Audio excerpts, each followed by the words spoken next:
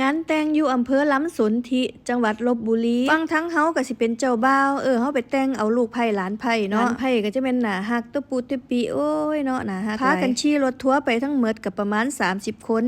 แต่ก็ล่นรถทัวร์อยู่ดอกแต่ว่าพุ่มพวงเกรงใจเพิ่นนะคะย่านบ่พอหม่องนั่งกันก็เลยบอกเพิ่นว่าเดี๋ยวสิขี่รถปิกอัพออกไปก่อนเด้อบ่ได้ขี่รถน้ำเพิ่นดอกไปส่วนตัวเดินทางออกจากบ้านตี5ก็กลัวนะคะมาถึงอำเภอล้ำสนธิประมาณ8:30 นาที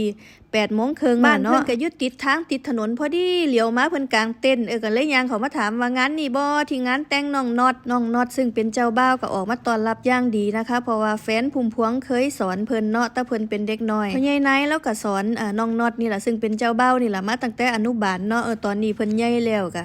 เพิ่นก็เลยเอิ้นมางานแต่งนำเนาะว่าเป็นครูบาอาจารย์เคยสอนเพิ่นงานแต่งเพิ่นก็บ่ได้จัดยากอีหยังเพิ่นจัดแบบเรียบง่ายเนาะพอแขกมาพร้อมหน้าพร้อมตากันแล้วเพิ่นก็เอิ้นไปผูกคอต่อแขนผูกคอต่อแขนเสร็จแล้วเพิ่นก็มีโต๊ะจีนให้เฮากินเนาะส่วนสิได้กินข้าวกินน้ำก็ประมาณ9 โมงกว่าคนเป็นเบาหวานผู้เฒ่าผู้โถก็เริ่มรู้สึกหิวข้าว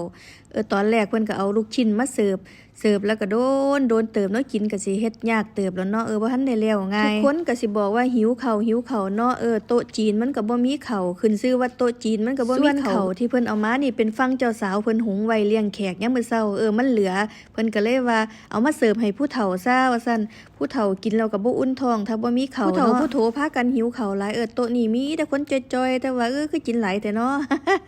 มึงเสือหลายๆด้วยล่ะคุณหมออุไรวันคุณหมอแห่งรพสตบ้านนาฮีมึงดูล่ะเบ้ยกินเป็นแต่แซ่บเนาะดีขาดบ่ได้โต๊ะจีนก็ขาดบ่ได้คือเก่าตำบักฮุ่งแม่นเอามาแต่ใส่อีกอสมอมนี่เนาะเขาว่าของมักเนาะตำสมตำแซวไปใส่ก็ขาดบ่ได้มันมาหม่มคือเก่าเนาะกินเผ็ดๆแซ่บๆก็ส่วงเนาะ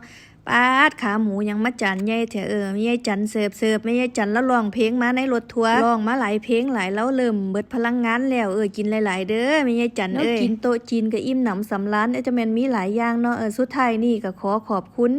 เจ้าภาพและแสดงความยินดีกับพ่อแม่ฝั่งเจ้าสาวเจ้าบ่าวเนาะ